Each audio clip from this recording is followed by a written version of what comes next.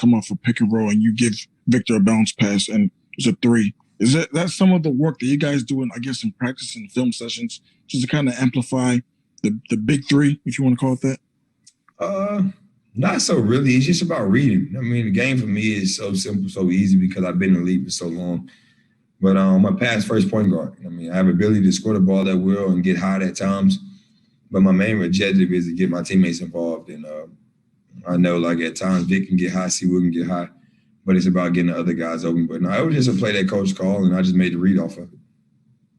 Mark Berman. John, you've been expressing confidence in this roster now for a while. What does it say about this team that you guys are in the middle of a 5-game winning streak? Just a true testimony to believing in what the coach draws up for us, the game plan they give us. And then all of us just working together as a group. Like I said, man, we enjoy competing for each other. We enjoy making each other better. We're standing up, we clapping, we got excitement, enjoy when people score. Even when we're down, like earlier in the game, we start off bad, down 10 to 12. We encourage each other to keep fighting, keep competing. We've been in this position before. And that just shows the true testimony to, like, the chemistry, the camaraderie we have of being hanging out with each other and just trying to go out there and win games. Is there anything about this team right now that's surprising you? No. I told y'all from the start, I feel like this team could be good with the pieces we have.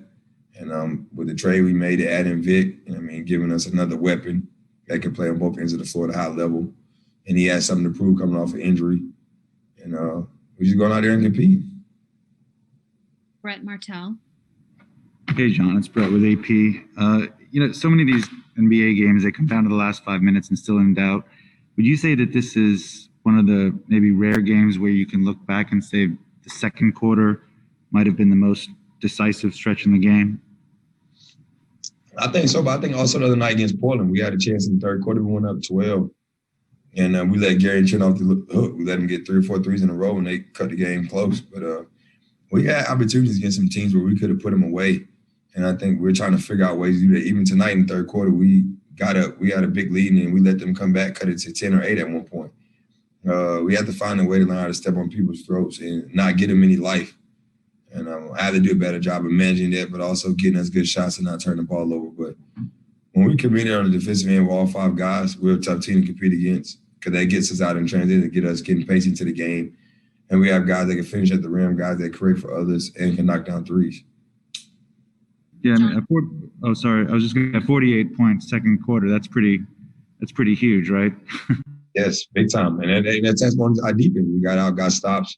We was running in transition, we was communicating on both ends of the floor, and that makes our team better. You look at the first quarter, first 5 minutes, we wasn't making shots, and they always give us lazy defensive vibes, and we got to do a better job of committing on that end, even when we're not making shots, because we can find ways to win. Like I think at one point in the fourth quarter, like 6 minutes ago, maybe 5 minutes, we had them at 88 points.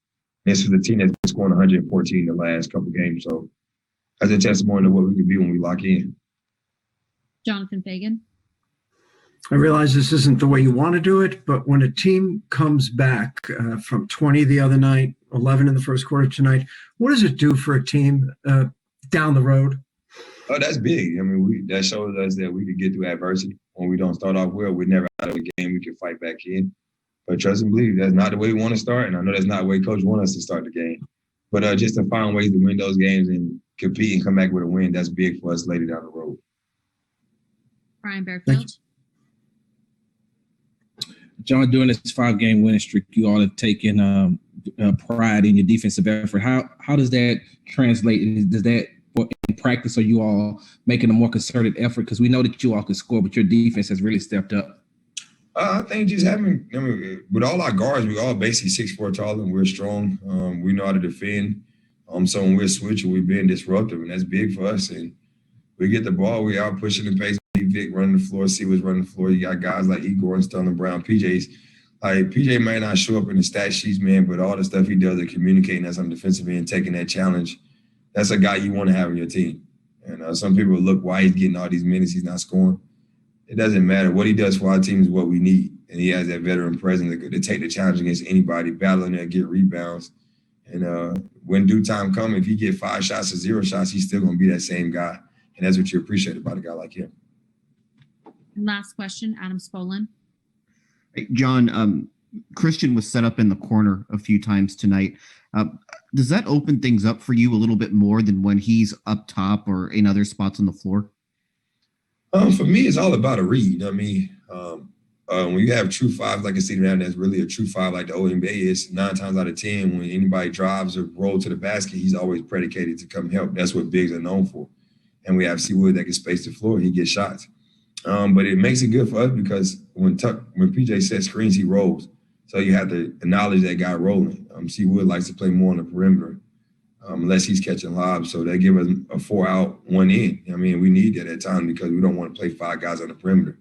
So at times we try to see where the roll, Tucker roll, and that opens up the floor for everybody else. And you've seen it. We had 32 assists tonight. That's the team we want to be. A team that scores a lot off assists, not one-on-one basketball.